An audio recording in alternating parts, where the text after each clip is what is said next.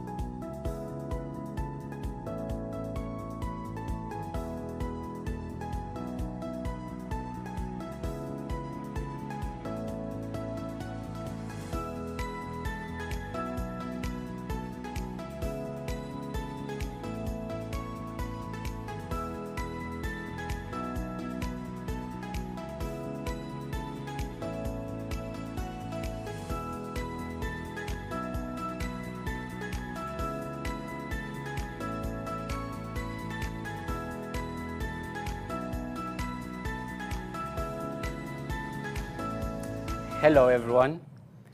Thank you so much for joining again today. You now probably know who I am if you were with us yesterday. I am Tulani Saizi.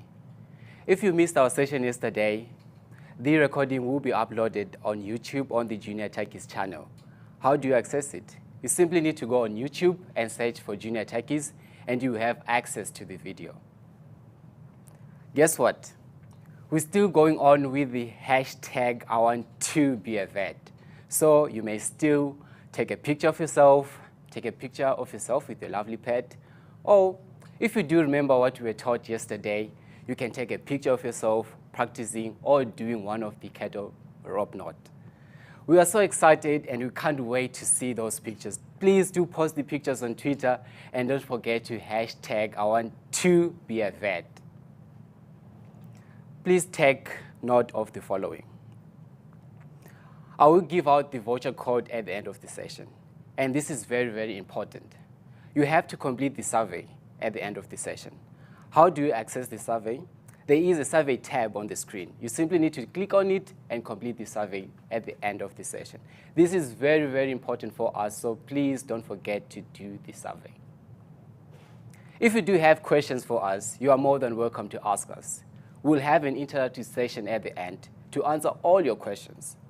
How do you ask the questions? There is a Ask Live tab on the screen, so you simply need to use the Ask Live question tab, which is right next to the chat tab. But if you do want to interact with us and get to know us more, you can use the chat tab. So please take note of this. If you want to ask questions, make use of the Ask Live question tab. Last but not least, please do follow us on our Instagram account at OPVSC. With me, I have Prof. Holm, and I'm going to leave this time to him. Thank you, Tulani, and thanks for everybody joining again this morning. I hope you all enjoyed yesterday's session. With all the great videos and all the time that we spent with Dr. Kate and learning about knots and so on. And today we've got some great videos waiting for you. There's one particular favorite of mine, which I won't spill the beans now, but you'll see later on today. There's one great video coming up. So enjoy the day with us and remember to ask questions. If you have any questions about entering our programs at Onderstepoort, please ask them on the chat, and we will have another session later on where I will be answering those questions specifically. So enjoy the rest of the program. Now we'll be having a look at the introduction video made by OPVSC. OPVSC simply means Onderstepoort Para-Veterinary and Veterinary Student Committee. Enjoy. Welcome to our annual I Want to Be a Veterinary Profession weekend.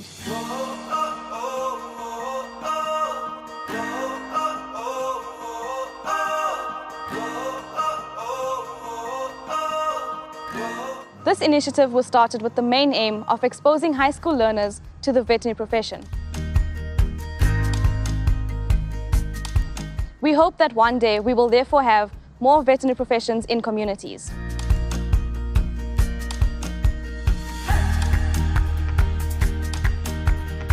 During the course of the day, we will be showing videos based on our curricula taught at Onderstepoort campus. This includes animal handling and certain facilities. We will be taking questions at the end of the session.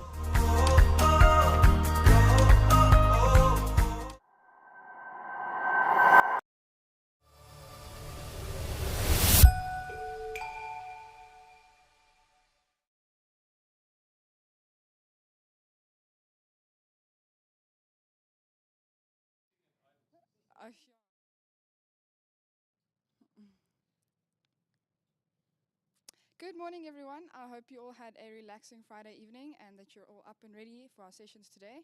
Next up, we have a video on dogs.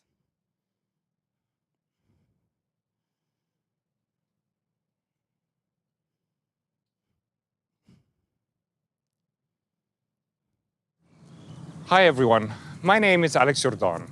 Are you aware that some dogs have such an incredible sense of smell that they can detect medical problems in people? If only they could tell us what they are feeling when they are sick to help us figure out what's wrong with them. But unfortunately, as much as we wish our patients could talk to us, they cannot. And that is why we need to learn how to do a thorough clinical exam. Liane Huber, the OPVSC academic rep of 2021, will be demonstrating how to take the vital parameters of a dog, as well as how to perform a basic clinical exam. In this video, we'll be showing you how a dog is handled in a clinic to perform a clinical examination and how to take vital signs. Firstly, we have to ensure the safety of everyone as well as the patient. We approach the patient calmly and confidently. Never leave the patient unattended on a table. We will now start the hands-on examination by looking at the vital parameters. This is commonly referred to as recording the TPR. TPR stands for temperature, pulse, and respiration. The body temperature is measured rectally, and a normal temperature ranges from 37.5 to 39.5 degrees Celsius. Next up, we measure the pulse. We need to locate the femoral artery, which runs on the inside of the hind leg. After we locate the artery, we palpate it with our index and middle fingers for a minute. The normal range in adult dogs is 80 to 120 beats per minute. Heart rate is usually determined at the same time as the pulse rate. We place the stethoscope on the left side, between the 5th and 6th rib, and when we lift the leg, slightly behind the elbow. Here we can hear 3 of the dog's full heart valves, which are called pulmonary, aortic, and mitral, or PAM. The 4th heart valve, the tricuspid valve, can be heard on the right side. For every heartbeat heard, a pulse should be felt. We evaluate the dog's respiration in 2 steps. We observe the animal while it is breathing, and after that, we listen to the lungs with a stethoscope. The normal respiration rate is 15 to 30 breaths per minute. The hydration status is another parameter we look at while taking vital signs. To determine this, we pinch a skin fold between the thumb and index finger and lift it upwards. This is usually performed on the top of the neck area. If the patient is not dehydrated, the skin will go back to its normal position within 1 to 2 seconds. We can also observe the mucous membranes to determine the hydration status. We look at the mucous membranes of the mouth or the eye. The mucous membrane should be pink, moist, and glistening.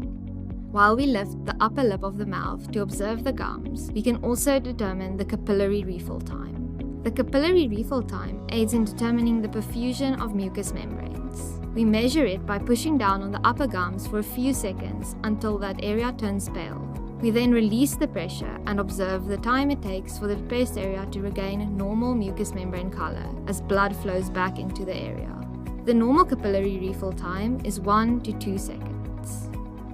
After we recorded the vital signs, we can continue with the clinical examination of the entire patient. It is performed to examine the various body systems.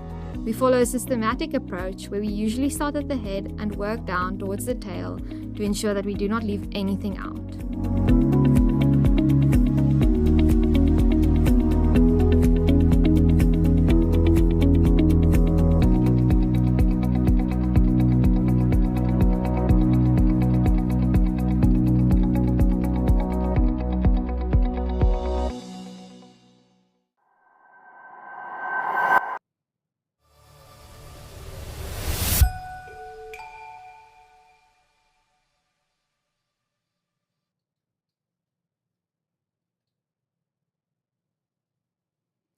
Hi guys, so hopefully you guys remember me from yesterday. If not, I'm Jana Kesa and I hold the portfolio of Vice Chairperson. I'm also in charge of community engagement as well as social media. So the next video that we are going to play is the Skills Lab video, which is the place that we are currently in. But before we get to that, I'd just like to have some guesses from you. So if you guys can just take a guess on the chat box, how many skills do you learn in the Skills Lab throughout the course of your BVSC or your vet degree? You can just let me know in the chat box. I'll let you guys know if you're right, if you're not right.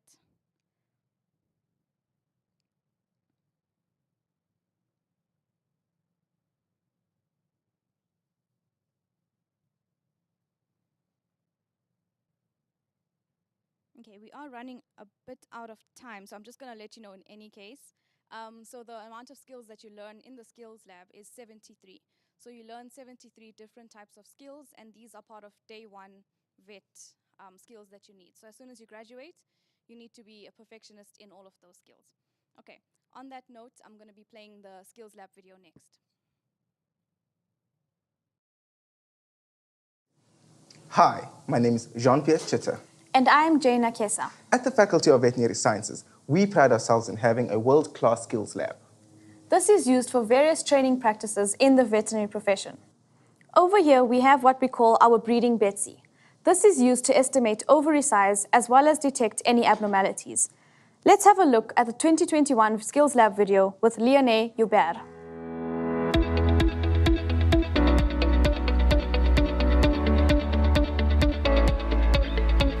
The purpose of our Skills Lab is to allow us to practice our techniques on training models before we do them on live animals. This gives us some added confidence and competence when doing the procedures on live animals and reduces the risk of harming the live animals. This is the haptic cow model. It is the most high-tech model that we have in the Skills Lab at Onderstepoort. And I'm going to demonstrate how this works. So first of all, I start by putting a rubber thimble on my finger, and then I insert my hand into the model. And on the inside, there's a device that I have to connect my finger to that will control the movement of my hand so that it will train me how to palpate, how to do a rectal palpation on a horse or on a cow. And then on the computer, I've got different settings and different options. Let's start with the haptic cow. So the first thing that I'm going to do, as you can see on the screen of the computer, is that the computer will teach me where to find the edges of the pelvis in a cow. And there my finger goes over the brim of the pelvis into the abdomen. And you can see how the computer controls my hand, so it stops me when I try to get too far, and it shows me where are the edges of the pelvis that I can palpate. Palpate means I can feel with my hand inside the animal. And then I go to the next level here, which is the cervix, the start of the female reproductive tract. And now the machine will guide my hand and will teach me where the cervix is in relation to the pelvis of the animal so that I can feel. And when I go to a real animal, I've already familiarized myself with where to find the structures. And so we can carry on and we can simulate many different things like disease conditions. There's an example of endometritis, which is a disease condition that cows get after calving sometimes. And I can feel what that should feel like. And also pregnancy diagnosis, or finding the ovaries, many other settings that we can do here. We've got various training facilities. Here we have students practicing suturing.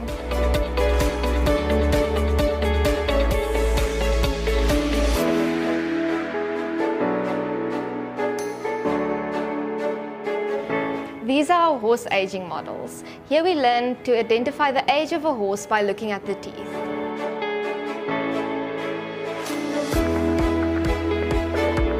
We've got additional facilities that we use to further our studies.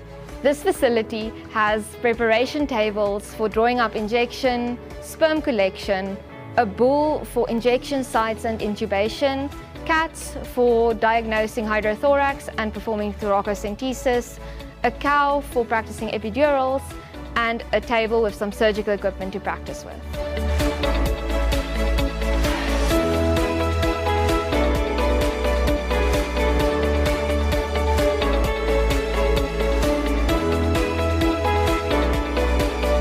This is our clinical pathology room in the skills lab.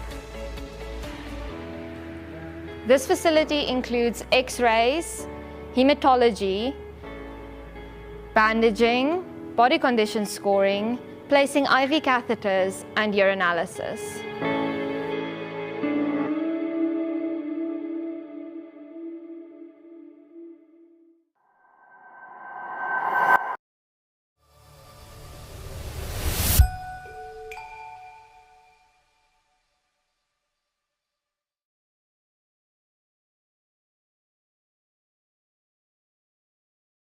Hey guys, welcome back to day 2 of I Want to Be a Vet. In today's session, we have more videos for you guys. I hope you guys enjoyed yesterday. And if you missed yesterday, do not be alarmed because the video will be uploaded. For those of you who don't know me, my name is Naishi Munyeki. I'm in 4th year. I'm the secretary and treasurer of the OPVSC.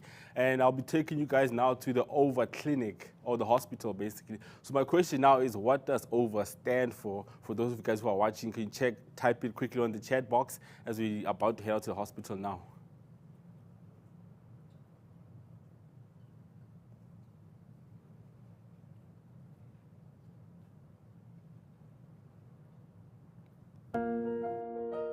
The only one of its kind in South Africa, Onderstepoort Veterinary Academic Hospital takes pride of place within the University of Pretoria's Faculty of Veterinary Science. It offers comprehensive, affordable treatment to furry, feathered, and scaled patients, including pets and wildlife of all shapes and sizes, 24 hours a day. You can be confident that all our patients are in caring and competent hands of qualified experts assisted by enthusiastic, attentive students under professional supervision. The facility is a center of excellence, with specialists covering an unrivaled variety of disciplines all under one roof. We serve the community through our location visits to help care for those who can't do so themselves. Each case becomes a model of best practice, clinically and ethically, with treatment based on scientifically proven research and knowledge. The experience and expertise of the specialists can also provide innovative solutions to unusual problems, and when an inside view is needed, digital radiography, ultrasound, computed tomography, and nuclear imaging are available to facilitate diagnosis. No matter whether you're big with a routine little problem or tiny with a big ache, you'll always be welcome at the Onderstepoort Veterinary Academic Hospital, and you can be sure that you'll receive the best care possible.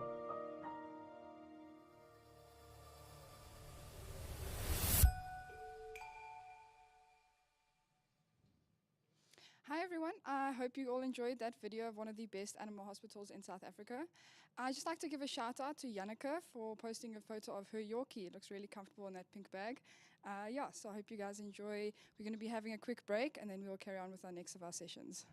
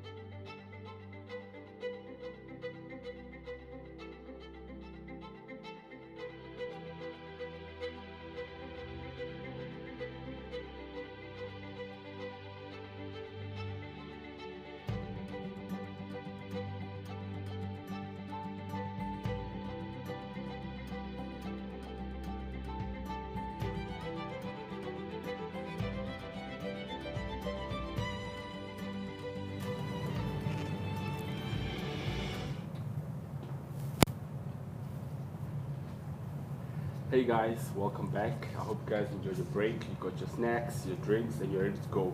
So now we're gonna have an interactive video with Sister Tabi Singh, and Tulani will also be assisting us. So I hope you guys enjoy and you learn a lot. So pay attention and take notes if you can. Sister Tabi Singh, the floor is yours. Hi guys, welcome to the I Wanna Be a Veterinary Professional live broadcast all the way from Onderstepoort. I'm Sister Tabi Singh Manaka all the way from Sosha, and today I'll be showing you how to do a bandage. We're first gonna start with a thoracic bandage on a dog, okay? So this is my patient, Keisha, a 7-year-old female intake presented to us with a dog bite wound on the left thorax. And I have my student here, Tulani, who's gonna help me hold our patient. Okay, so before you do a procedure, a bandage, you just need to make sure that you have all your stuff set up and ready.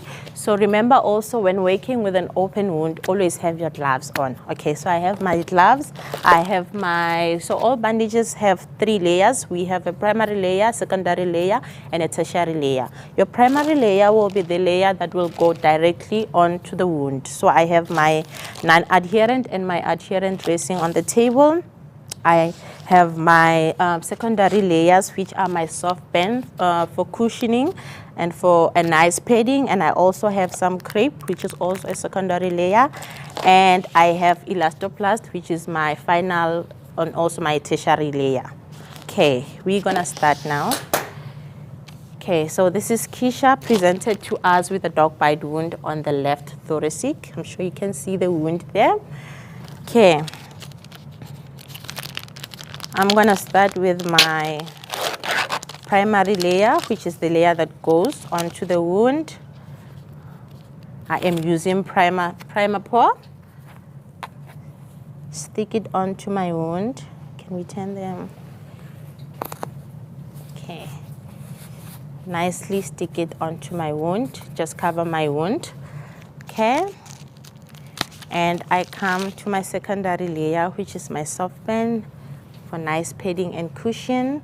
So with your secondary layer, we always overlap with 50%. We do a 50% overlap, okay? So I'm gonna throw 2 throws around my thorax. Make sure I nicely secure and also protect my wound. And I'm gonna go, so with the thoracic bandage, it's a figure of 8 bandage. I also call it the crisscross bandage. So I'm gonna go around the thorax, as you can see, over the shoulder, under the leg,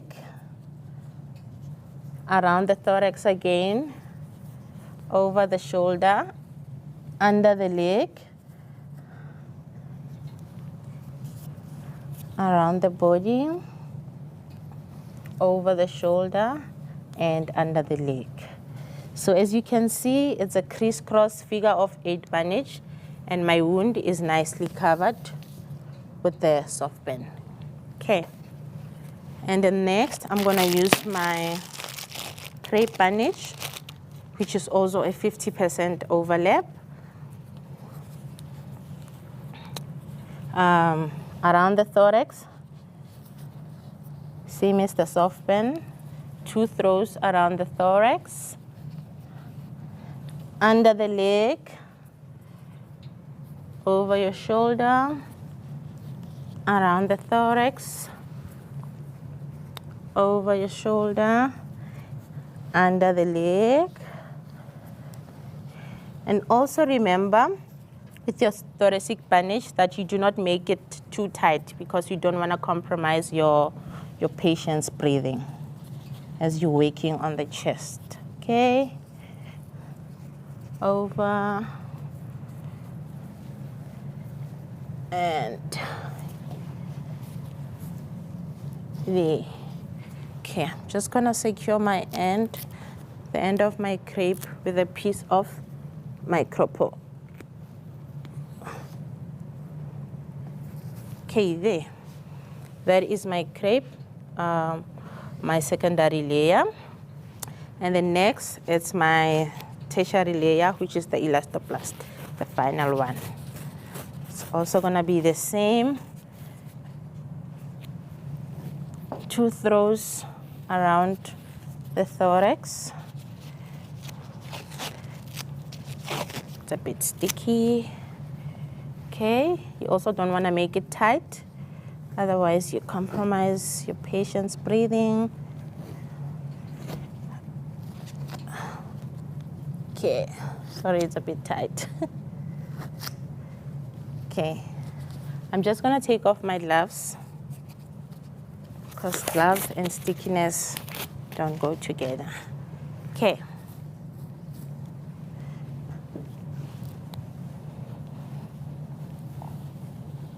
Under the leg.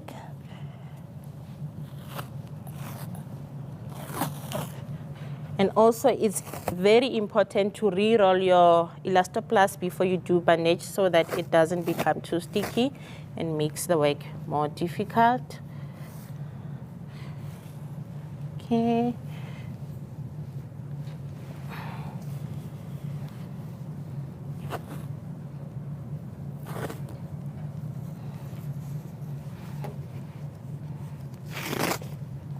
Okay, around the thorax. Make sure you cover all your layers. That is your soft band, your crepe.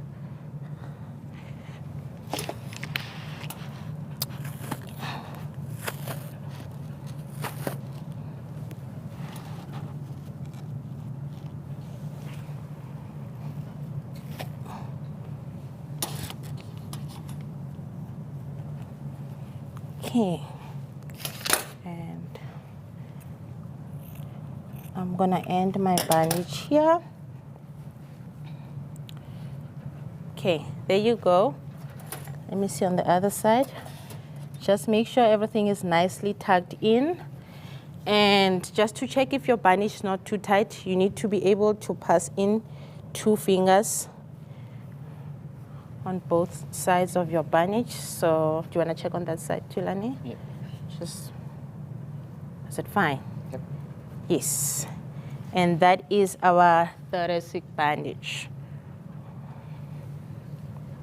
Done. Thank you, Sister Ntabise. Okay. So now we will be coming to do our blood smears with Tulani, and he will be doing the blood smears and I'll be narrating as he does the blood smears. So first we have our slides. Tulani will show us the slides. These are our slides and we need to clean them before we use them. And then we have, there he's cleaning the slides with a piece of tissue. We have our stains that we use to fix the blood smears. We have our alcohol fixing stain. We have our eosinophil stain and our basophilic stain.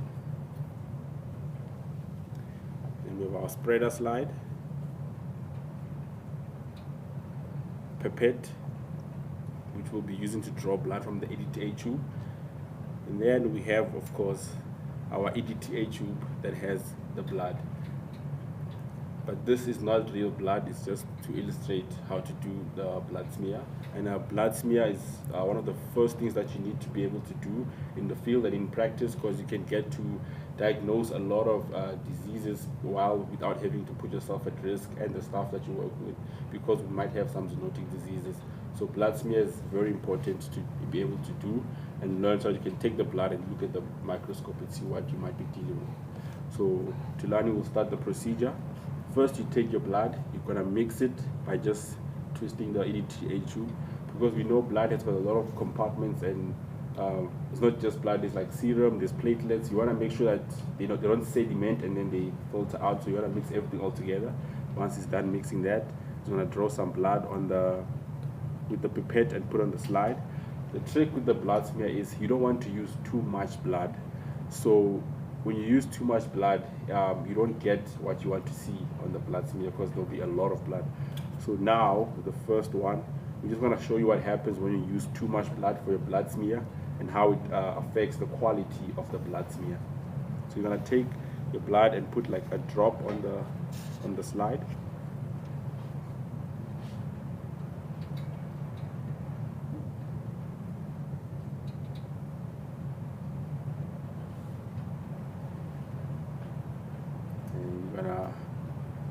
Take your spreader slide. So you want to put the spreader slide at a 45-degree angle to the floor, perpendicular to the floor on the slide, and then you're gonna touch the drop of blood, and then with one swift movement you're gonna drag the slider across the slide with the blood. And yeah, so there it is, he dragged it. Now it's gonna show us what happens when we have too much blood. The slide is just full of blood. We don't see what's going on. We don't see the blood cells and what is on inside the blood cells. So that is what happens when you use too much blood. So the trick is to try and use a small drop, just enough so you can see what's going on. So now we're gonna try again with the proper amount of blood this time. Hopefully, Tulani. Hopefully.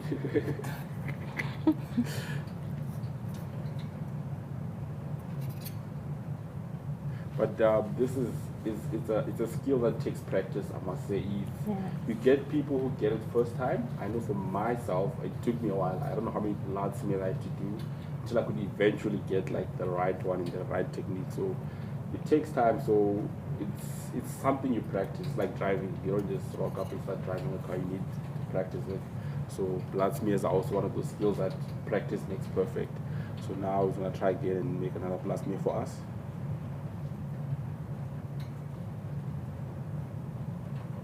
Great. So now with the blood smear, we want to dry it, because what we're looking for in a blood smear is that feathered edge towards the end, because that's where we see the filtering of the blood, and we can get to see the red blood cells properly. We can get to see if there are any parasites we need to be looking out for or anything like that. So once we have the slide, we can dry it like this, or you can also use a hair dryer to make the process quicker so that you can actually get to staining your blood. So once you've dried the blood, we can go back to our stains, which are very important. So you take the fixing stain and the slide goes in there for 2 seconds. So usually you dip it twice and make sure you cover the blood on the slide, and then you clean the slide on the tissue. And then from there, you take it to the eosinophilic stain, and then with that one, you dip it for 6 seconds. So we take 6 dips inside.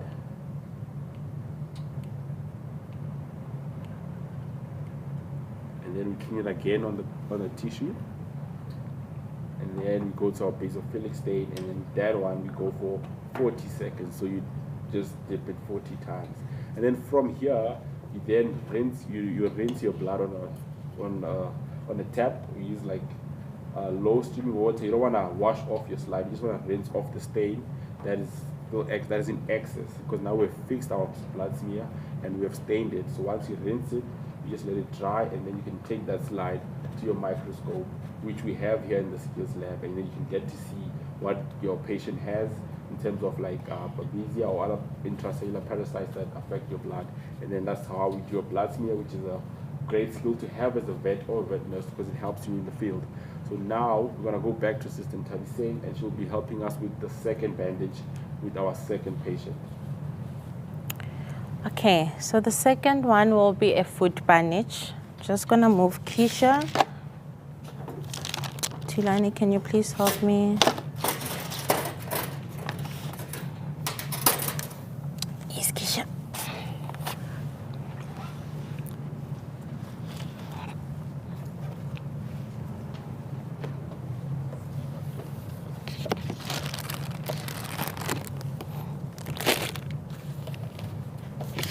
Okay, so this is one of our patients that was presented to us with a wound on his foot. His name is Bobo. Okay, remember also, when working with wounds, always put on your gloves.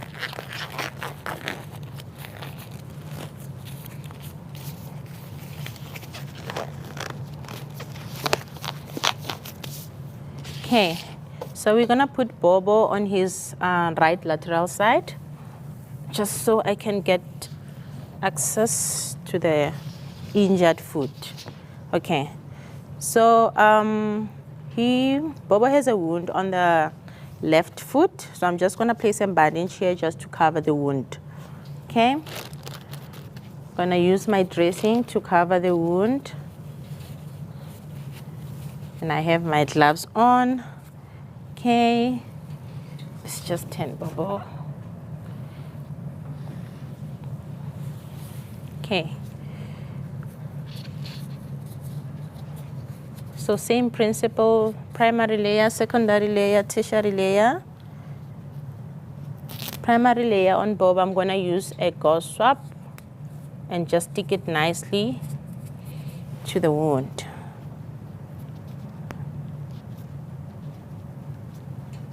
Oh, please hold my phone like that.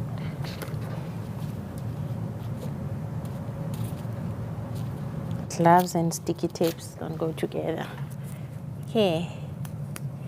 Okay, my foot is nicely covered, my wound is nicely covered. So I'm gonna start. Okay, just our secondary layer, soft band for cushioning. Also remember a 50% overlap.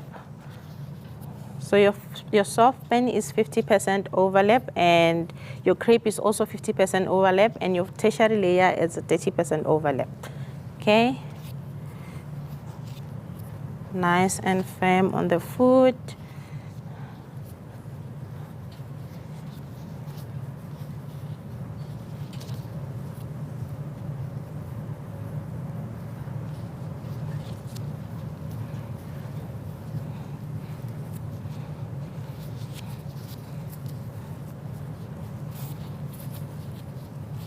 Okay. And remember to also, when doing a foot bandage, just to include the joint, the upper joint, so that your bandage doesn't slip, okay? Next layer is gonna be my crepe, which is still also my secondary layer. So with this bandage, you just need to make sure that you don't make it too tight, otherwise it's gonna interrupt your blood circulation, okay? So not too tight, just nice and firm. Remember 50% overlap.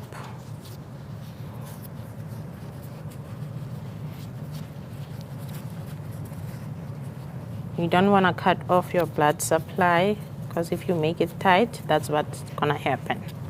Okay.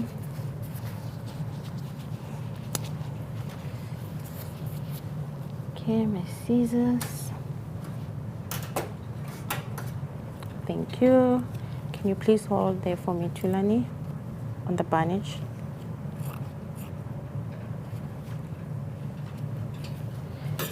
Okay, and where's my sticky stuff? Okay, it's fine, I'll use this.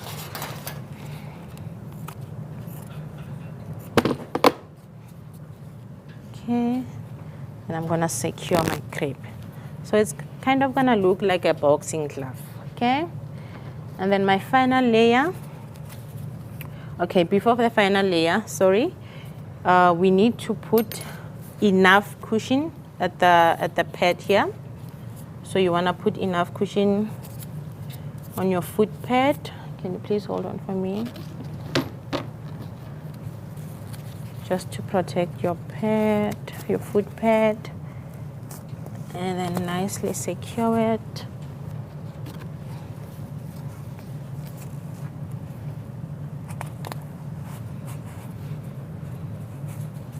You can either secure it with 2 strips or 4 strips of elastoplast.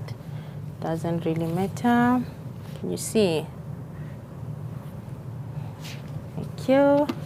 Okay, and then my final layer, my tertiary layer, which is the elastoplast, 30% overlap.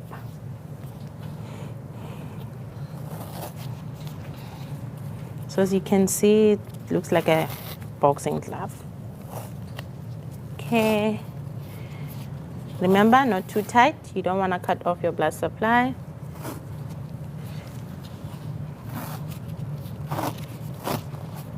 Just gonna go around at the bottom again.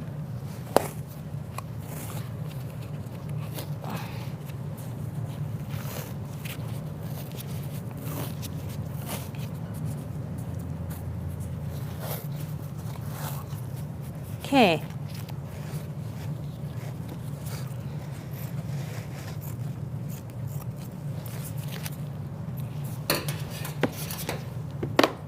Okay, done. My wound is covered and my leg is nicely stabilized.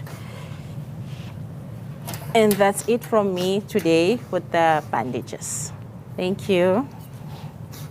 Thank you so much, Sister Ntabiseng. Okay. So now we are gonna go to Tulani, and he's gonna show us suturing patterns, which is one of the skills we learn here at the Skills Lab, where we have our suturing pad. Can you pick it up?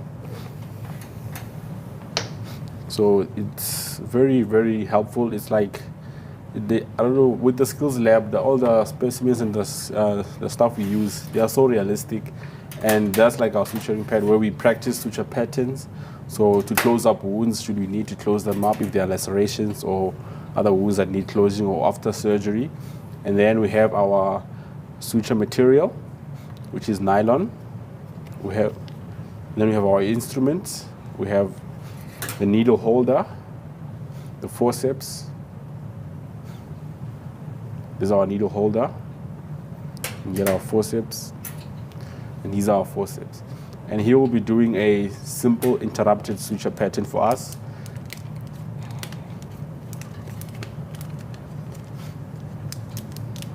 And as you can see, the suture material comes wrapped.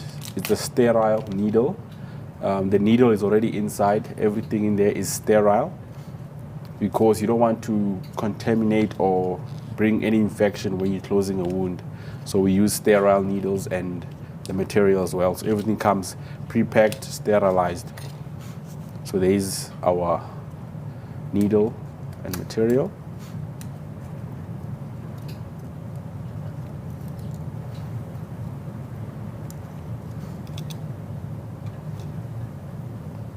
So what we usually do is once you take out the material, you want to stretch it out because it's all tangled up in there. So you want to loosen it out so that it's easier for you to suture your wound. So now it's going to grab the needle with the needle holder.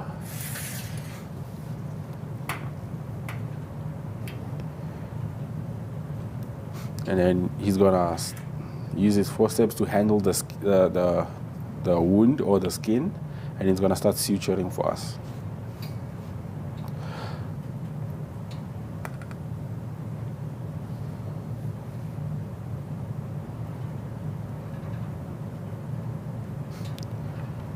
So yeah, this is one of the many skills that you can get to practice and learn here in our skills labs on campus.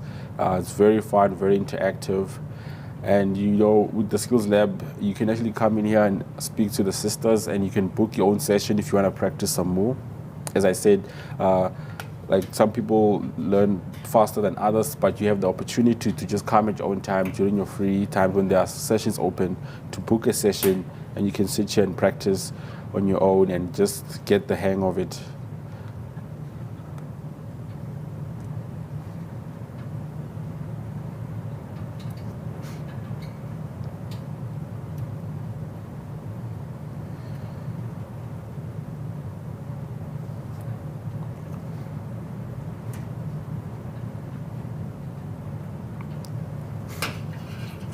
Now he's going to cut off the suture material.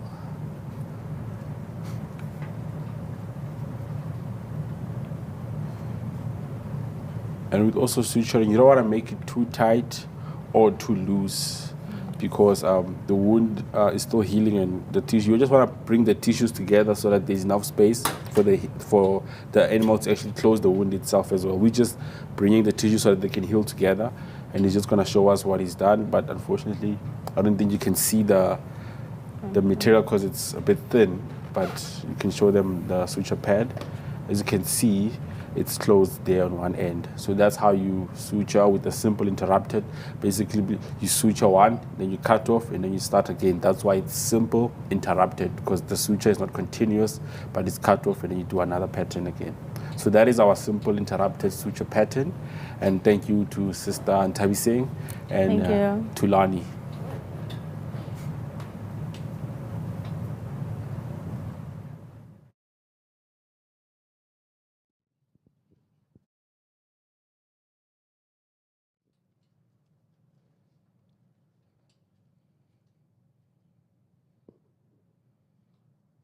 All right, thank you so much, Sister Tabi Singh, as well as our 2 students that assisted us today.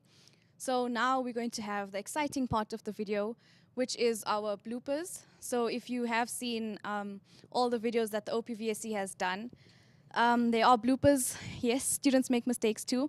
So they are bloopers, and the students have not seen the bloopers yet, so this will also be our first time watching the bloopers. So sit back, relax, you can laugh at us, it's okay, we're also gonna laugh at ourselves.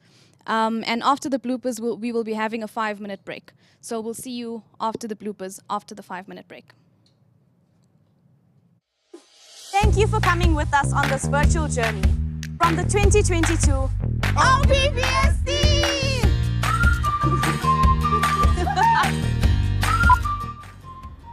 Oh, okay, we start, okay. Sorry. Our main goal is to welcome Videos based on our curricula.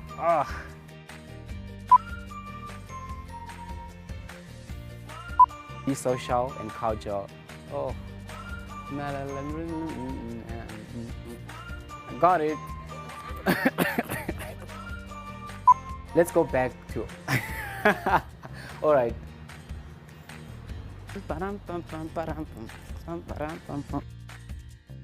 Hi. I am Jaina Kesa. Did you know? Okay. Okay. When in doubt. Did you know? But goats tend to quality plant parts and high quality plants. What did show me? I probeer iets afneem hier. Are not as dependent as sheep on having other.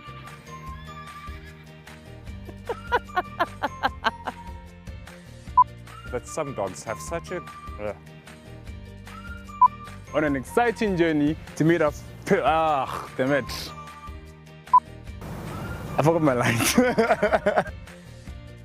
Brown and Paddy, and I'll be taking you through to meet our family of pigs. Come on, I can't guess. On an exciting journey to meet our family. To meet our family pigs.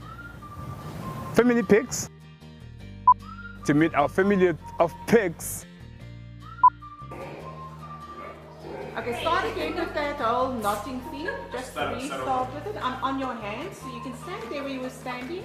Okay, I'm on your hands. You can start with it now. Sorry. Why is she biting you? I don't know. And this is the wildlife clinic at the faculty's veterinary. Is the wildlife clinic at the veterinary. Is the wildlife clinic at the faculty's veterinary. Is the veterinary. I'm supposed to start. Like, what's next? Hello everyone, my name is Naishi and this is, oh, my surname, sorry.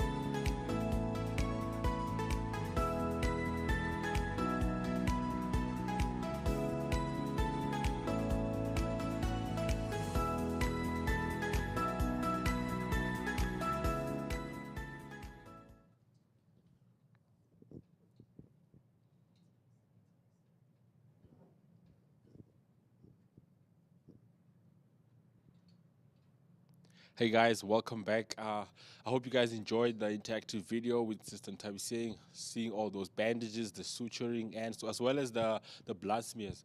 So now we're gonna take a tour and listen to the BVSC curriculum video where they explain all the questions that you might have regarding the curriculums that we have here on campus. So please listen up and just prepare yourself for what you might need to be handling with, or any questions you might have. The video might just answer that. So enjoy the video.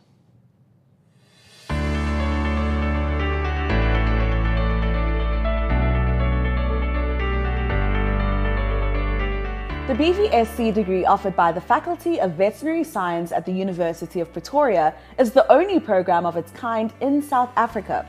This professional program is accredited by the South African Veterinary Council, the Veterinary Council of Namibia, the Royal College of Veterinary Surgeons in the United Kingdom, the Australasian Veterinary Board Council, and the Malaysian Veterinary Authority. This accreditation allows our graduates to register as veterinarians in several other countries without having to pass further board examinations. Admission into the 6-year program is possible at first and second year level.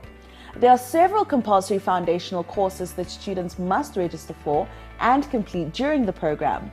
These include an academic orientation program, otherwise known as UPO 101, for all first-year students. A scaled-down version is also presented to students entering at a second-year level at the Onderstepoort campus, where UP's Faculty of Veterinary Science is based, at the start of their academic year. All first-year students are required to complete the prescribed academic literacy module. Finally, each student needs to complete the hospital orientation program before the respective clinical work integrated learning program begins. Several themes are horizontally integrated per year throughout the duration of the program. The first year of your coursework therefore provides a natural science foundation and is presented at the Hatfield campus.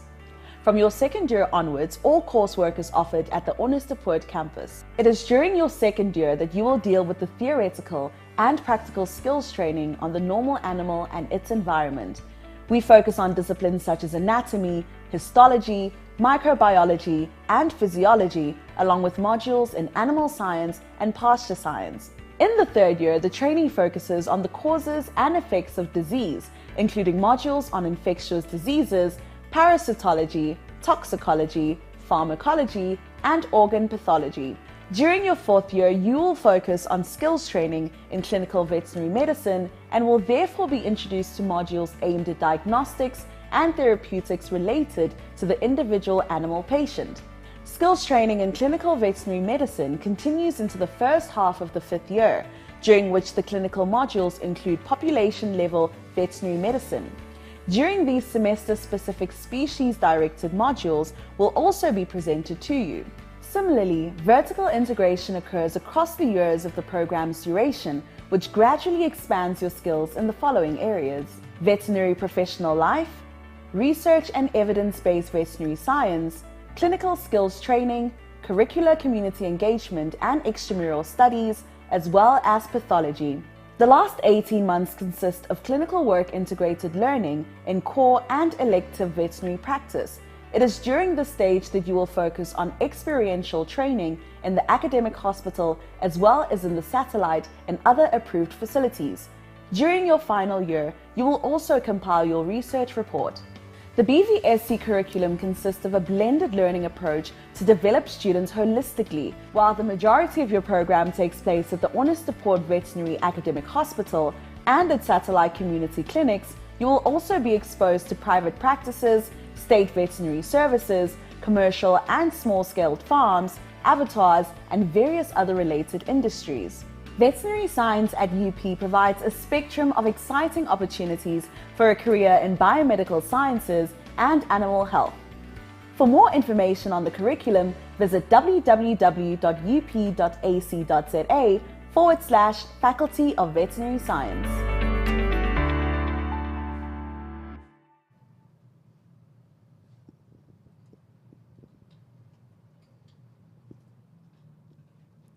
Hi everyone, I hope you learned something from the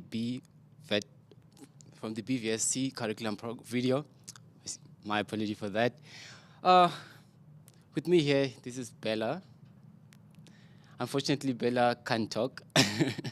Yeah, but if you come to OP, you get to see Bella. So yeah, just a reminder, please send us your tweets on Twitter, and don't forget to put hashtag I want to be a vet.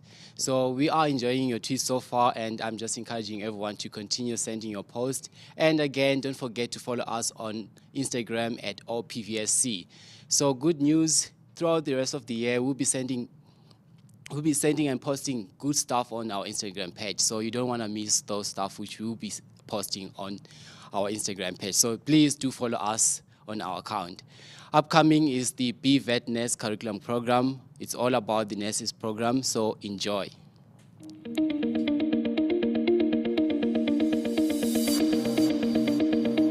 Veterinary nursing requires a dedicated and motivated individual with particular interest working with animals and their owners. The BVET Nurse degree is a professional 3-year bachelor's degree offered by the Faculty of Veterinary Science at the University of Pretoria and accredited by the South African Veterinary Council. The degree involves scaffolded learning. This focuses on 3 areas of progression, namely, general theoretical principles about healthy animals, advanced practical veterinary nursing, and nursing of critical care patients. One of the benefits of the curriculum is that you develop a deeper understanding of the content, which is combined between disciplines to allow smooth transitions from clinical understanding to the application of real-life problems. The blended teaching approach allows for self-development and improvement by means of online learning activities and assessments. In the first year of your studies, you will be introduced to general veterinary and basic nursing principles with a theoretical and practical component. The modules will include foundational veterinary sciences, primary animal healthcare, veterinary nursing practice, clinical veterinary nursing, as well as nursing professional life, which carries through to your 3rd and final year.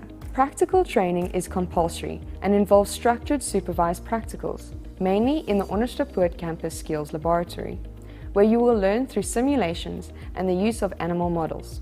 The 2nd year advances from system-specific nursing to multi-systemic diseases and intensive care nursing.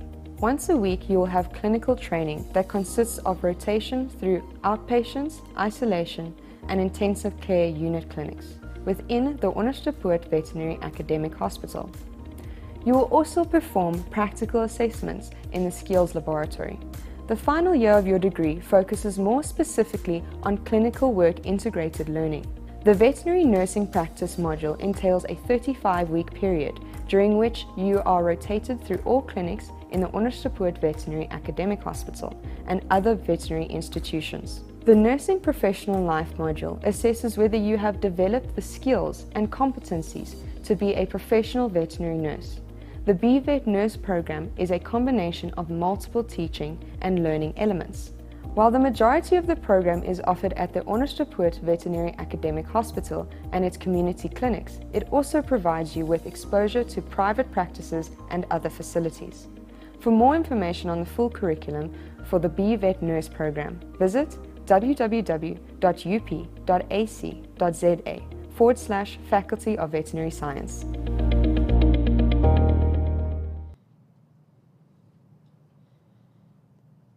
Welcome back, guys. I hope you guys enjoyed the curriculum videos, the vet and the BV nurse one. I hope all the questions that you had were answered. And if you have any other questions, please don't be shy to send the questions through on the question tab. We will have a Q&A session at the end. So now I want to go to your shout outs. First, we have Lerato with her new baby, Clover. Isn't he so adorable? Is it a boy or girl? Lerato, share with us on the live chat. The next one, we have Annalise with the 2 babies. Can I have one? Please send me your address so I can come fetch my new puppy. Thank you. Love you lots. Next one, we have Annalise again with the cool boy. I love the shades. You should send me the details of where you got them. I think I'm going to change my optometrist because mine is not doing such a good job because he's got bad ones. And then the last one, we have Annalise again with the horse. Annalise, can I come live with you? You look like you have everything that I would want. You're living such a nice life. I'm so jealous. I'm so jealous. Where do you live so I can come visit you for recess? So thank you guys. Don't forget to please tag us, post your little puppies, your fairies, whatever pet you have. We really love to see your dogs or cats, any pet that you have, and interact with us. Keep those chats coming in, keep the questions coming in, and I hope you enjoy the next session.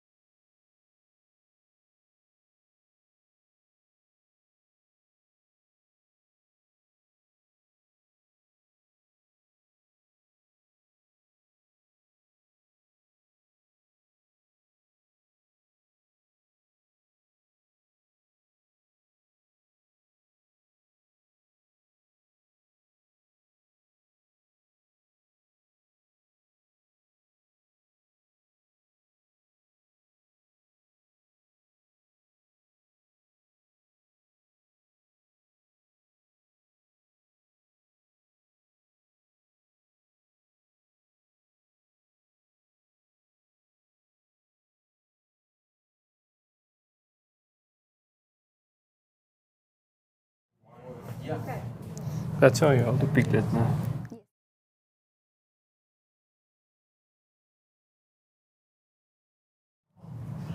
Okay, thank you guys for coming through us up to the end of the session. Just a reminder to follow OPVSC on Instagram. It's at OPVSC, as well as the faculty. So the faculty has Instagram and they have Facebook as well. So their Instagram is OPVets2UP. And then on Facebook, they are Faculty of Veterinary Science, Onderstepoort.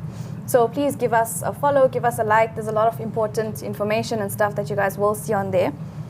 And on OPVSC side, we always collaborate with faculty. So you guys will often see we share the same posts. So it's best to actually like both of our pages, just so that you make sure you get the correct information.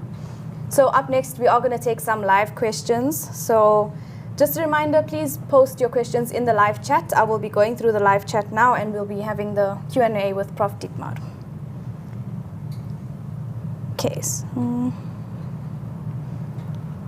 Hope you all enjoyed the videos so far and that you are having a lot of fun. We like the posts. Keep them coming. You can still post your photos with your pets and your animals. It's lovely. So I have this doll here, and if you've seen Alex replying to you guys on the chat box, this doll looks exactly like Alex's dog. So I'm sure he'll put a photo on there now, just so you guys can tell us if I'm right or if I'm wrong. I think they look identical.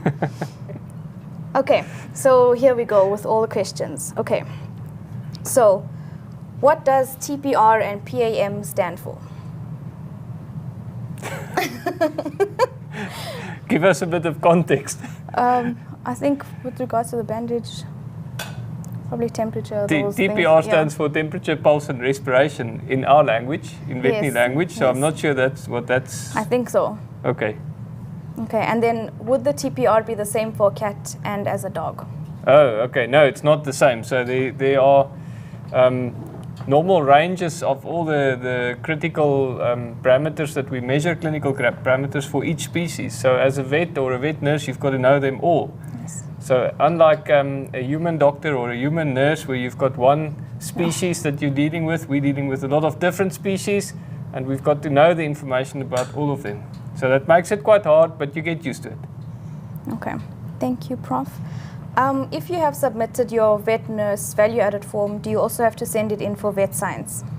Okay, excellent question. Who asked the question? Have we got a name? It is Minentle. Minentle, good question. So for that question, you have to fill in the form for both. So the one does not translate to the other program. So if you're applying for BVSC, we have to receive a value-added form for BVSC, and if you're applying for BVet nursing, we have to receive a BVet nursing one. So if you're applying for both programs, you have to complete 2 value-added forms. Very important. Okay. We have a question here from Karen, which I'm just going to comment on before I let Prof answer. She's asking, are the students allowed access to the labs to practice in their free time? My comment is, what free time? There you go, Prof. So in this lab where we are at the moment, which is the clinical skills laboratory, there are certain rooms that are open for students to practice during opening times. without supervision, and some other labs that are only with supervision. So it depends on which models and which skills you want to practice. Some of them, as a student, you can come in and you can practice, and others you have to make arrangements for supervision. Okay, thanks, Prof. So we have a question here asking what's the difference between a vet nurse and a vet tech? Okay, we had the question yesterday as well, but I'm happy to repeat because that's an important question. So a vet nurse and the animal health technician and a vet tech, these are all para-veterinary professionals.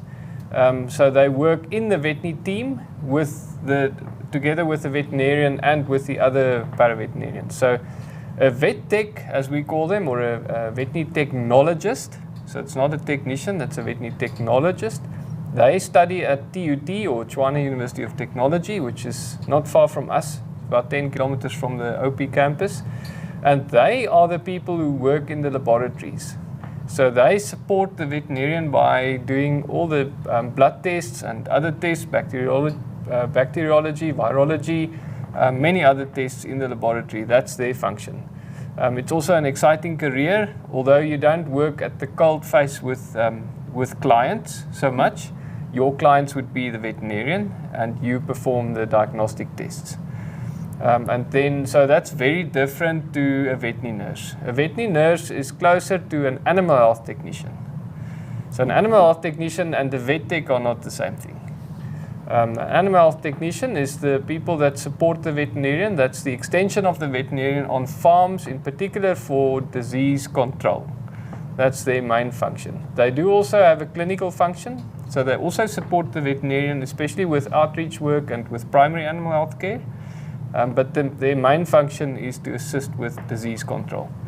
For instance, at the moment, we've got an outbreak of foot and mouth disease in South Africa, and the animal health technicians are very busy at the moment because they have to go to the farms, they have to sample the animals and collect samples and take data and information from the farmers, and then they bring that back to the veterinarian for testing and for interpretation. Veterinary nurse, as we said yesterday, their function is more clinical. So they work more side to side with a veterinarian in a clinical setting. So typically in a veterinary clinic or in a veterinary hospital. Okay, great. Thank you so much. Okay, so we have a question from Crystal asking, will there be an open day at OP for students? So this program, the I Want to Be a Veterinary Professional program, is replacing the open day. In future, we will still decide in future years if there will be open days again, but for the moment, due to the COVID pandemic, this is our open day. Okay. Okay, this question, a similar one was asked, but I think there's quite a few asking the same question, so I'll just ask it again. If I'm not admitted to vet nursing program, what other programs or degree can I study? Yes, in order to eventually qualify. Sorry. Yes, we had the question yesterday. So, what should my second choice be if I'm interested in vet nursing? It can be any program. So, we don't have a specific route into vet nursing as we have for veterinary science. So, somebody that wants to enter vet nursing can take any program as a second choice, anything that you have a passion for. It doesn't really matter. Okay.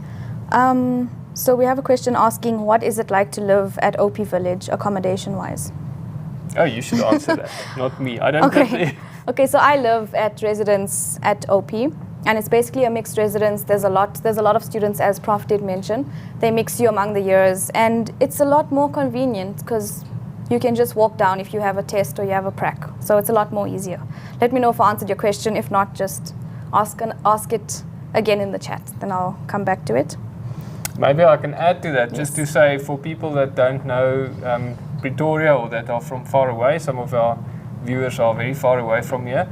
So the campus is a little bit isolated. It's outside of Pretoria, about 15 kilometers from the town center and about 20 kilometers from the Hatfield campus of the university. And as such, you're not close to the other students of the University of Pretoria. But it's a very big residence, so there are more than 700 beds, and that forms a community on its own. It's a wonderful community, I think, as an outsider. There are lots of activities taking place, lots of opportunities. Students also study hard and work together and support each other in their studies because they live in the same residence, so that makes it great. There's a nice swimming pool, some great sporting facilities as well. And you have access to the campus, as Jana said now. So if you want to join the riding club, for instance, you can join the riding club. We've got horses here that students ride. If you're interested in the beagles, you can join the beagle club and you can walk them and play with them and so on. So there are many different opportunities. It's a really rich student life here at OP. Yes, that is correct indeed. Okay, so this is quite an interesting question. Can you take a local language such as Zulu, considering CCS year? Considering that might be important in CCS year. I think it's an excellent question. Who asked the question? It is Thais. Thais, that's a brilliant question.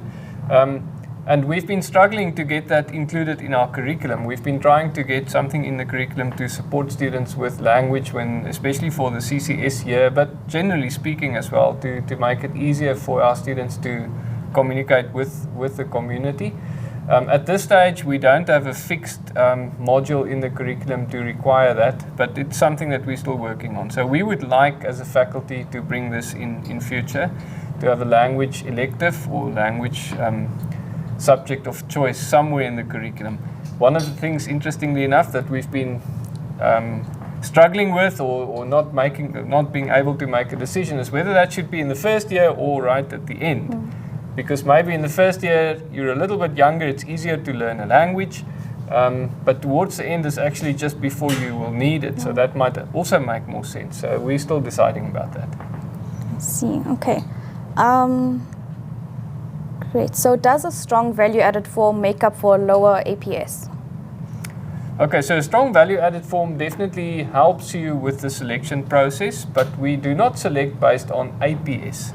So APS is just a minimum requirement. You need to have a minimum requirement, minimum of 35 for BVSC and 28 for BVet nursing. But that's not considered for the selection itself. For the selection, we look at mathematics, physical sciences, and English in the case of BVSC. And in the case of nursing, we look at mathematics and English. So it's those ones that count, and then the value-added form as well. The value-added form counts 20% towards the selection. So a strong value-added form will make up for a slightly weaker academic score in one of those subjects. That is true. Okay, thank you for that. We have a question here asking, what animal did you have to face that you were scared of, and how did you deal with the fear? No, you can go. Okay, I'll go first. I haven't gotten over the fear yet. But interestingly enough, I am afraid of cattle. I was kicked in my second year at one of the outreaches and I broke one of my fingers. And till then, I'm still a bit scared of them, but obviously I do have to work with them. So it's getting better the more I work with them. Interesting that I'm accompanied by Prof. Home, who's an expert with cattle. It's often like that. When you have a bad experience, you become a bit frightened. Yes. And in our careers, you often get injured. It does happen. I've been bitten by dogs, by cats, by small little rodents and so on. And I've been kicked by a horse, I've been bitten by a horse, I've been kicked by cattle many times. So you do eventually get resilient. Yes. That's the key word, that you need to be resilient. And you need to also learn how to avoid that. So we do emphasize that in the curriculum as well with animal handling. And the key thing there is really, well, two key things. One is safety for us, and the other one is safety and welfare of the animal. So those are the two things that we're concerned about with animal handling. The more you practice it, or the more time you spend around the animal, the better. A lot of people are scared of horses. I think Tulani said that he likes horses. Yeah. Tulani is tall. He's a tall guy. That helps because a horse is also a big and tall animal, and horses can be a bit dominant sometimes. And you need to, it takes a certain personality with a horse. I personally grew up with horses, so that was easy for me. But I think often students are a bit frightened of horses, and the only way is to work with them a lot and to learn how you should, as a person, dominate the horse. So the horse must know that you are the boss, and not him or her. Otherwise, it's going to end up in the wrong way. Great, okay. Thank you for that question. Very interesting question. Okay, so we have a question here asking, when doing a BSc and transferring into BVSC, do you have to study at UP or can you study elsewhere? When doing a BSc and transferring into BVSC, you can study at UP or at another university. And you will see in the brochure that's on our website, so I'm just going to mention that again, please check our website, which is www.up.ac.za/Faculty of Veterinary Science, and you will find the brochure there for selection for the 2023 intake. And there, in the brochure is a table with all the numbers per category. So we've got different categories or quotas, and there are numbers in each. And you will see that there are more numbers that we take in from UP's BSc and a smaller number from other universities, but both of them are possible. Okay, great. Okay, so we have a question from Nicole asking, what actions would you take or can you take if there were signs that an animal is being mistreated or abused?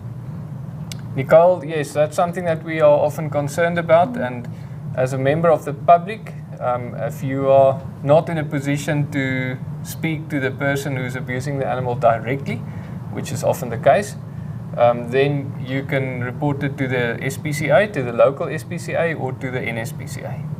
So that's your best action. And the SPCA has the mandate to confiscate the animal if necessary, or to take any other action that's necessary, including an arrest is also possible. Yes. So that's the best action for you to take. Okay. If you don't have access to an SPCA or an NSPCA, you can also contact your local police station. Okay. Thank you for that.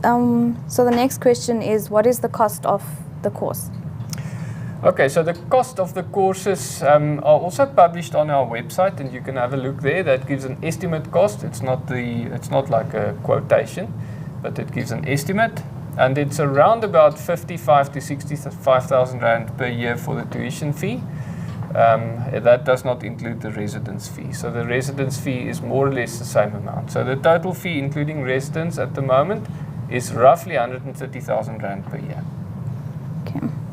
Okay, where can you study animal health technician or study for animal health technician? For animal health technician, there are different options. You can study at UNISA or at Northwest University or at Solo College in the Eastern Cape. Okay, thank you. Okay, so the next question is, do you only work on domestic and farm animals, or do you also get to work with wild animals during your 3 years nursing? So in the nursing curriculum, we do have some exposure to wildlife. It's not a lot because the curriculum time is not that much, so it's limited, but we do give the exposure, and that is enough to equip you with the basic day one skills as a veterinary nurse, so that if you want to take up a career in wildlife, you will be equipped enough to start with that career. So yes, we do have some exposure to wildlife as well in the nursing program.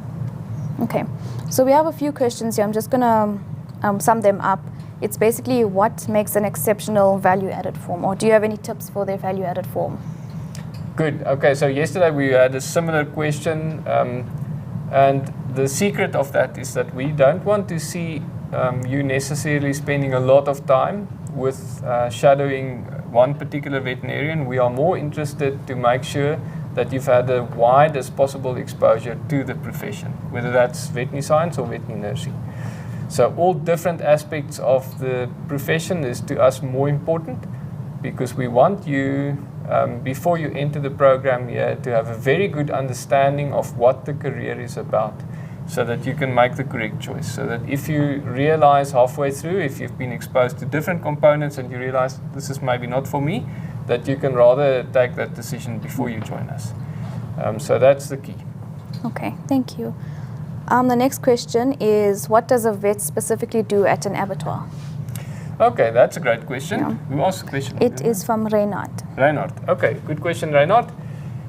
So the veterinarian is responsible ultimately for meat safety in an abattoir, but the veterinarian does not inspect all the carcasses that are produced in the abattoir. We also have meat inspectors that are trained to do the primary inspections, and they will then call the veterinarian to inspect certain carcasses that they are concerned about, and the veterinarian will then mostly do the secondary meat inspections.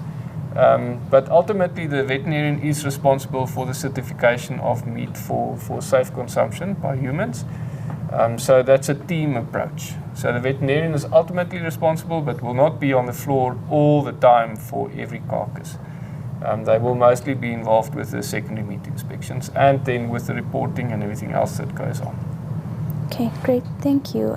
So we have a question here from Brian asking, what is the most interesting case you have ever dealt with? Brian, that's an interesting question. I'll have to think about that a little bit. I would say, to me personally, because I'm a specialist in bovine herd health, the most interesting has been herd outbreak cases. Not necessarily individual animal cases, because that's more our approach in bovines, that we are more interested in the whole herd. And I would say an outbreak that I dealt with bovine viral diarrhea, that was quite a long, that's a viral disease that cattle get. And it's a very interesting disease, and it's got a very particular way of presenting in a herd, not so much in an individual animal. And that's probably been the most interesting case that I've had to deal with in my career. Okay, great. So will there be an interview prior to your acceptance? At this stage, we do not have interviews, but it is something that we reserve the right to do. So you will see in the brochure that we do describe that there could be other means as well. And it's something that we are still developing. So there is a possibility in certain of the quotas in the, that are described in the brochure that we will have interviews. The problem for us with interviews is that applicants come from all over the country, and it's not always possible to get to Onderstepoort without having quite a lot of costs.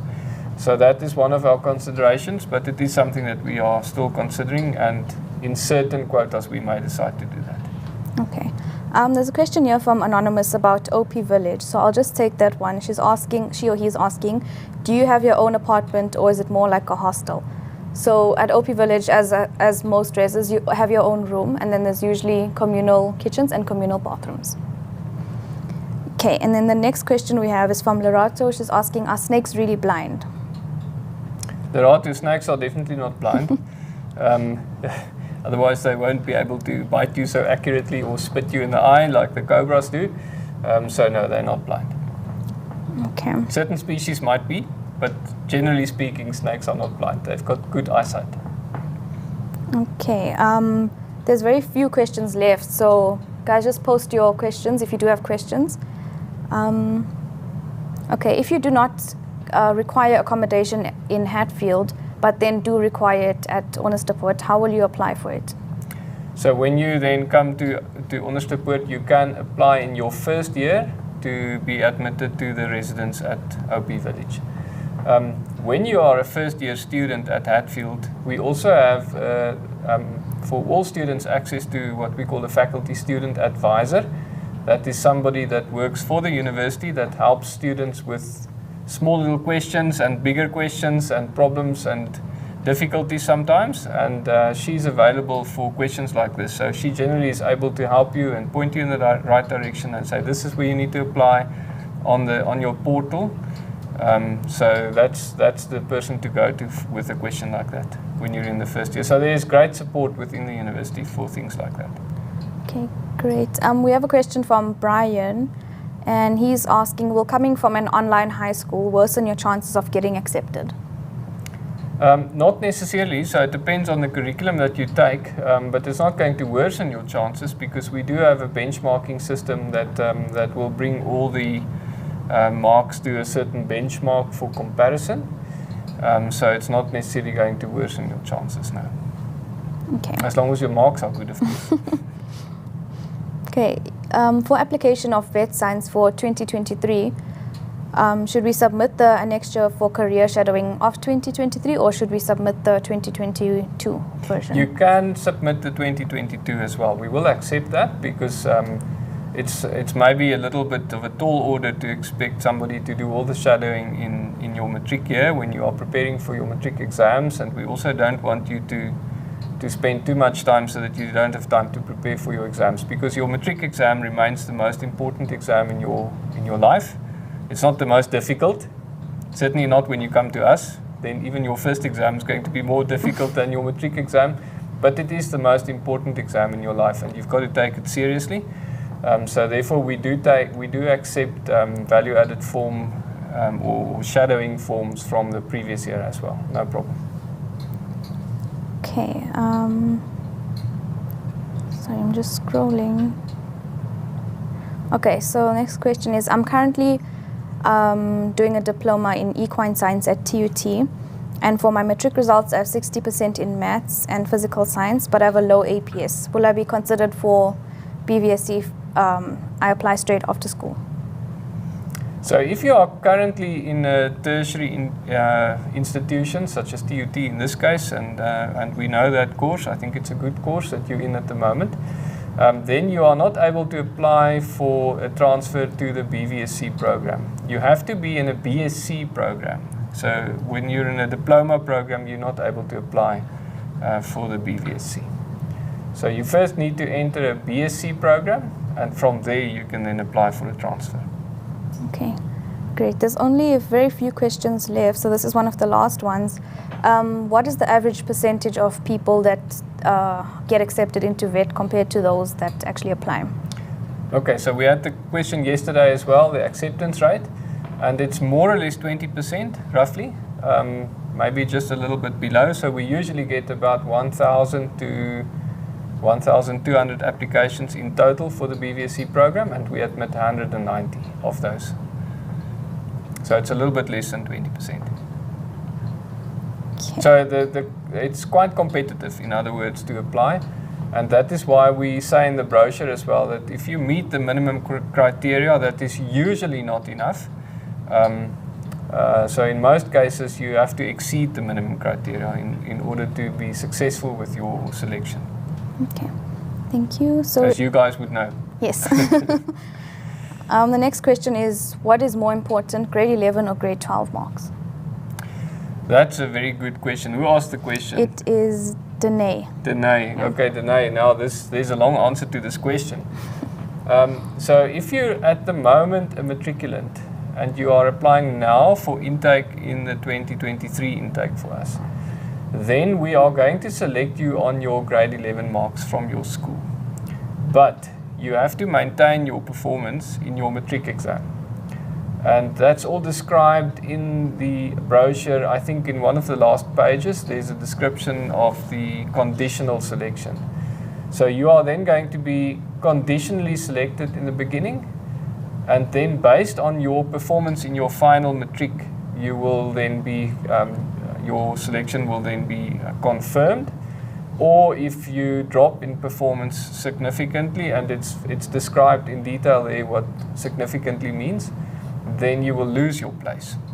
And if you lose your place, you will be considered again, because we now do a second round of selection in January, as soon as the matric results have been released. And the purpose of that selection is then to fill any spaces that have been created by people losing their places.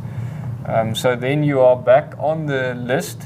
We don't take any new applications at that stage. So we only take those who have applied before, and then we rank them again, but this time we rank them based on their matric results. And if you dropped out but you still performed well, then you could be selected again. So you could in the same year lose your place and then regain a place again. That's possible, and that's happened to some people before.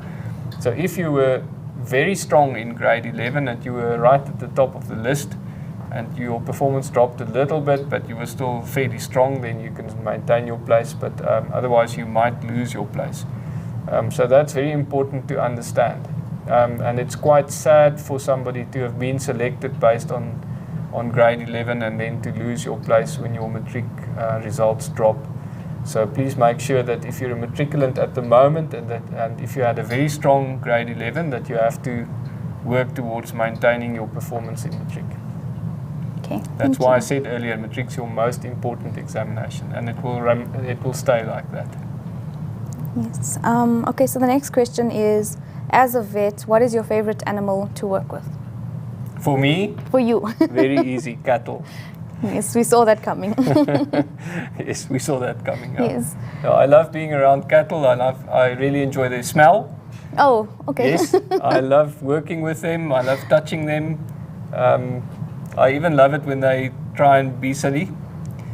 I do find them quite amusing, but I really enjoy working with them, yes. Okay. Great, I'll take some tips from you, Prof.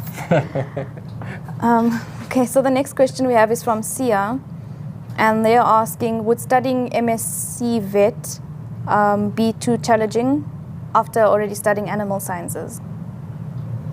If studying... MSc Vet. Oh, MSc in veterinary science. If you are, and after studying? Just animal science. Animal science BSc? Yeah. Yes. Okay, Sia, no, I don't think that's a problem. If you have a 4-year BSc Animal Science degree, you can enter an MSc with our faculty. And it won't be too hard for you. You will be well prepared with your 4-year BSc degree to enter an MSc program at OP. It won't be too hard. I think the 4-year BSc is also quite a tough course, so that's not a problem for us. Okay. Great, so this is the last question that we have on the live stream. I'm currently pursuing a diploma in equine science. Will I be considered if I apply? Yeah, I think we've had that one already. So no, you cannot be considered for now. You need to first enter a BSc program and then from there apply again. In the case of the nursing program, you can be in the diploma, but you then need to contact us that we just make sure that you are at the correct NQF level. So in the case of nursing, you might be eligible to apply, but not in the case of the BVSC program. Okay, great. That is all the questions we have from you guys. So Prof, we have a question from our side, our team of students over here. So firstly, we would like you to explain what heart water is, just so that the students understand what heart water is. So if you can just explain to them so they're not... This is a trick question. Yes. Because I asked yesterday what heart water is. Okay, so heart water is a tick-borne disease. It means that when ticks attach to cattle, they can get this disease. Specific ticks that we get in particular in the bushveld area, but then also all along the coastline of KZN down into the Eastern Cape and even in parts of the Western Cape. It's a tick-borne disease that mostly affects calves, because in most cases it will be endemic on a farm, which means the animals that live on that farm and that were born there have been exposed at some stage in their lives and they become immune. So we mostly see the disease in young calves.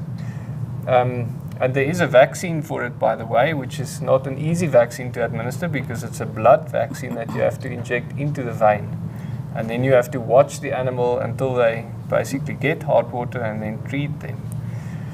So this disease is a blood-borne disease that then causes the vasculature or the blood vessels to become damaged, and then you get fluid leakage out of the blood vessels. And it causes mostly central nervous system signs and also respiratory signs. That's what we see. It's quite a serious disease. So often if a calf gets the disease, by the time that it's diagnosed, it's often too late. You need to be very vigilant as a farmer. Most of the farmers that farm in these areas know the disease and they know to look out for it in their calves, and they mostly treat it quickly. So it is treatable if you catch it early enough. And it's an important economic disease for farmers in the bushveld area because it causes quite a lot of losses. Okay. Great. I'm sure you can guess what my next follow-up question on that is. Do you want to demonstrate to our learners how to test for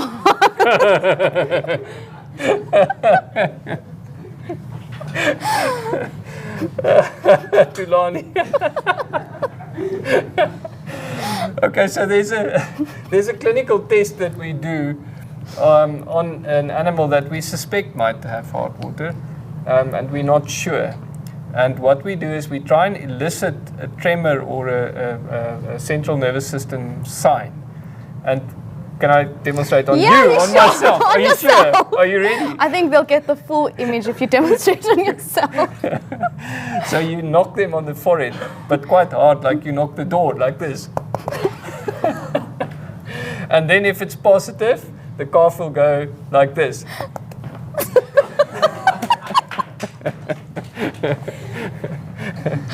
That's how we make the diagnosis. Okay. It's only a clinical diagnosis. There's no blood test or another test to confirm the diagnosis in a live animal. We can confirm the diagnosis in a dead animal, but not in a live animal.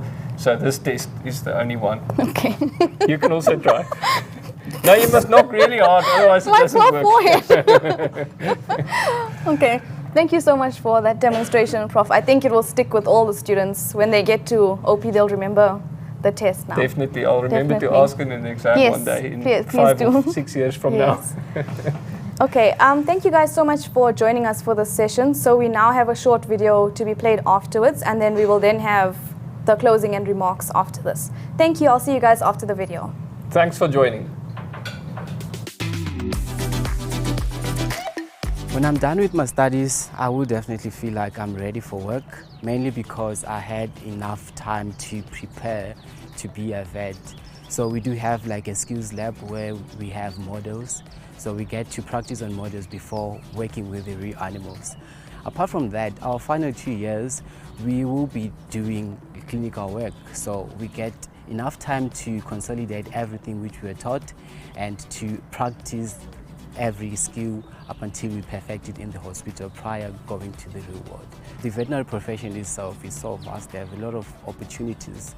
So I know some might be thinking like, okay, veterinary science is all about dogs and cats, but there's more to it. You can do anything, ranging from parting meat inspection, game, like working with wildlife. So the list is endless. So definitely I would recommend someone to study veterinary science.